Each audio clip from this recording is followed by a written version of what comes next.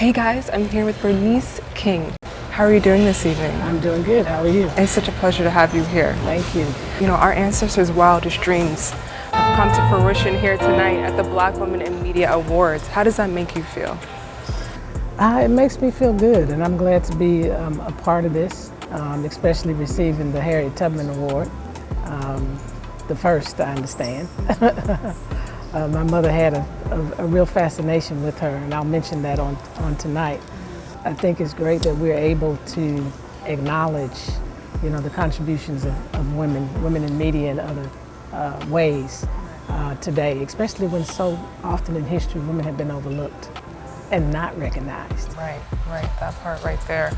And it's such an honor to have you here tonight, and it's a pleasure to be sitting here with you. And you know, I want to know, your company, Nonviolence 365, focuses on empowering and educating the youth. And I want to know, how do you keep them inspired towards making a better future for our community? Well, you know, we spend time really teaching them my father's philosophy and methodology of nonviolence. And we help them to understand how young people in the movement use this philosophy and methodology to bring about social change. I think when you're talking about history for young people, you got to connect the dots to something that they can relate to. And when they become aware that people their age were standing up, speaking up, sacrificing, then it inspires them to say, okay, well, I'm not too young and I can make a difference because I, meaning people who were like me years and years and years ago before I got here, were doing it.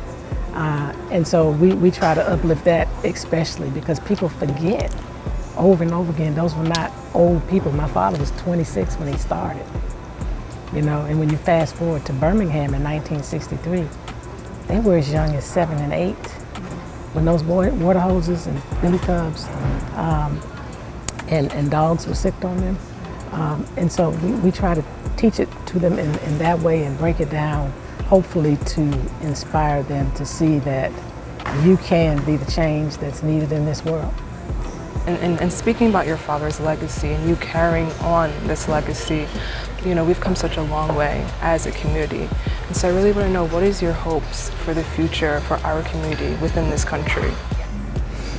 Well, I mean, my first hope is that we will realize that we really have been chosen as a race to raise the consciousness of this nation, in many respects to save the soul of America, and that we tap into that energy, the spirit of those who came before us, who always knew that they had a responsibility to really make a difference and help to elevate the nation. If I would say anything, it would say, you know who you are. You're not here by mistake. You have a special calling. If we're going to overcome most of the social ills in our world, it's going to be through our community. I really believe that. We're the most forgiving people. We're the most inclusive people. We're holistically the most loving people. We're the most compassionate people. We're the most understanding people collectively as a race. And when we pull all of that together and we can focus our energies on combating the things that are trying to diminish us, we can make a tremendous difference. And we cannot stop reminding this country that there's a debt to be paid to us. So, you know, everybody else has been getting from this nation. We still have not gotten what is due to us. And so we don't need to stop that pursuit. So my hope is that we will actively pursue reparations in a way that is realistic, because just a cash payment is not going to do it. That's part of it. But there are other things and other ways that this country can redeem us and give us, you know, they could give home ownership could be interest-free for years, right? For instance, right? You know how much, because that's where we build wealth. Exactly. Imagine not having to pay the interest, pay down the principal quicker. We have come such a long way, and we have a long way to go, and we're so honored to have you here tonight. And you have such a beautiful soul and aura and presence, and just thank you for being here, sitting down with us here today. I'm so excited for you to continue talking about your father's legacy, you building the legacy of your own, so thank you. Thank you, I appreciate it. Awesome. Keep believing, sister, till the victory is won. Till that day comes, let us march on till victory is won. Is won.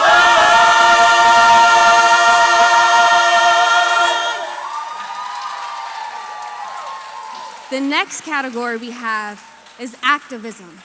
And this category honors the freedom fighters who are on the front lines fighting for justice, fighting for freedom, and making sure that whatever happens, you and I will be able to continue to live, fight for equity, and achieve the freedom that we all deserve. So I want to start by honoring Dr. Bernice A. King.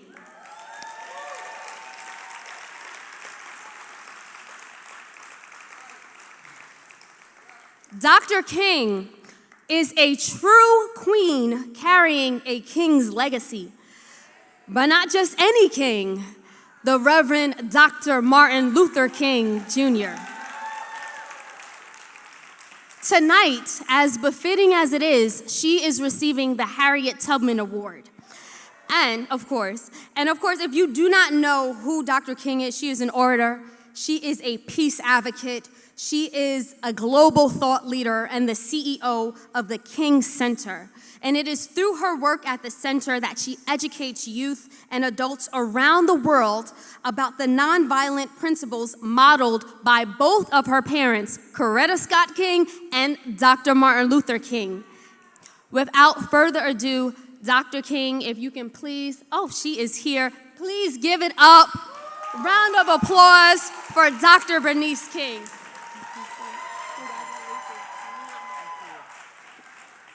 Wow.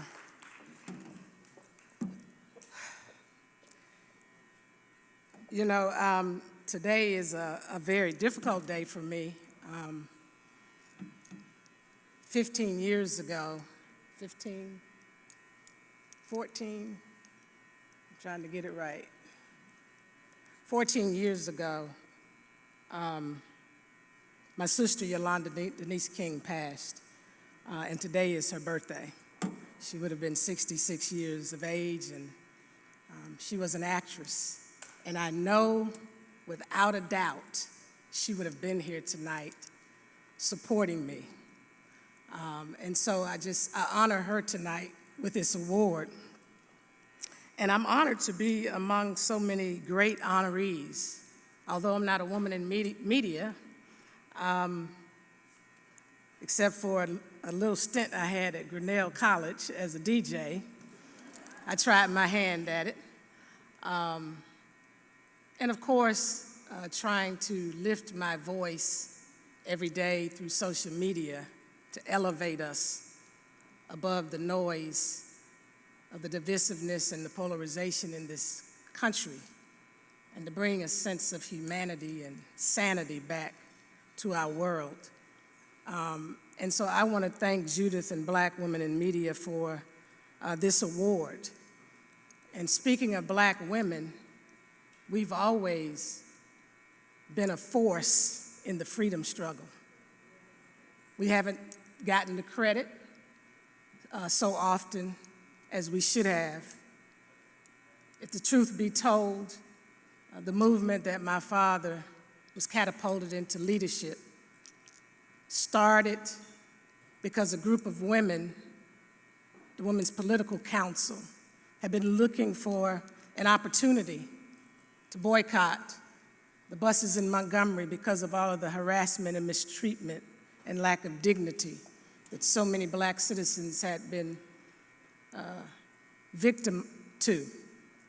And so it was those Black women who said this was the time. When a Black woman refused to give up her seat on that bus, there were Black women in the strategy sessions with my father, including the one who is the reason why we even celebrate, remember a man who shifted the paradigm in this nation, my father. It was my mother who really is the architect of the King legacy, who built the largest social brand in the world, social change brand in the world, that people are continuing to draw from. And so tonight I honor her, and she is looking down with my father and my sister on this moment.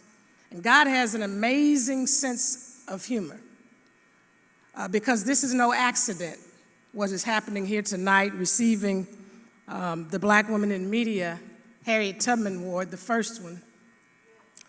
When I received this invitation, it was on the heels of a conversation that I was having with an older gentleman who today turned 90 years of age, who lives in Rhinebeck, New York. This gentleman happened to be the person who my mother brought us to when my father was assassinated, to kind of check on us mentally. And I want to put a plug there. There's nothing wrong in the African American community with us seeing psychologists and psychiatrists. It does not mean you're crazy. And so this gentleman, Dr. Albert Crum, was telling me 2 days before I got the invitation from Judith that my mother had a fascination for Harriet Tubman. I didn't even know. She never shared that. It was a private fascination, and she journeyed here on a few occasions, and with Dr. Crum was able to visit Harriet Tubman's tomb, the room where she died, and really asked some very critical questions about Harriet Tubman. And I remember so often when I would speak around this nation, lifting up the name of Harriet Tubman in particular, because I've always felt that we're living beneath what God created us to be in this world. That if we only knew who we are as kings, queens, and in biblical terms, kings and priests, if we would walk in the authority that God has given us, there's no weapon, no evil, and no injustice that can overtake and diminish us. And so I used to say to people, Harriet Tubman, and I'm paraphrasing, said she could have freed more slaves if she could have convinced them that they were slaves. And so as I received this award, I know what my assignment continues to be. It's to continue to be that Black woman that continues that freedom struggle, that understands what my mother said when she said struggle is a never-ending process. Freedom is never really won. You earn it and you win it in every generation. And so as the forces of darkness are seeking to challenge our freedoms today, freedom to prosper in life, freedom to peacefully coexist, freedom to participate in government, with the threat on voting rights, with the rise of attack under the smokescreen of CRT, with the threat of the looming threat of shortages even in the food supply and the food chain, with the fact that people are just wanting to have a livable wage. I know my job is to continue to lift my voice and to fight for people to understand that we have the power and the authority to overrule all of that. And that we can do it through what my father taught us, which is nonviolence, which is a way of life, it's a way of thinking, it's a way of engaging, it's a way of speaking that brings about personal, societal, and cultural transformation. And so I thank Sister Harriet for what she did through her perception to bring people out of bondage, to bring people out of enslavement. I thank Harriet Tubman for lifting her voice and making sacrifices. I thank Coretta Scott King for the work that she did to liberate so many people and to elevate the teachings of Dr. Martin Luther King Jr. in this nation, and to continue to tout the importance of creating the beloved community. And so I go forth in that strength and in that power in the name of Jesus to do my part in this generation so that we can continue to enjoy the freedom that God has given us on this green earth. So God bless you and thank you once again.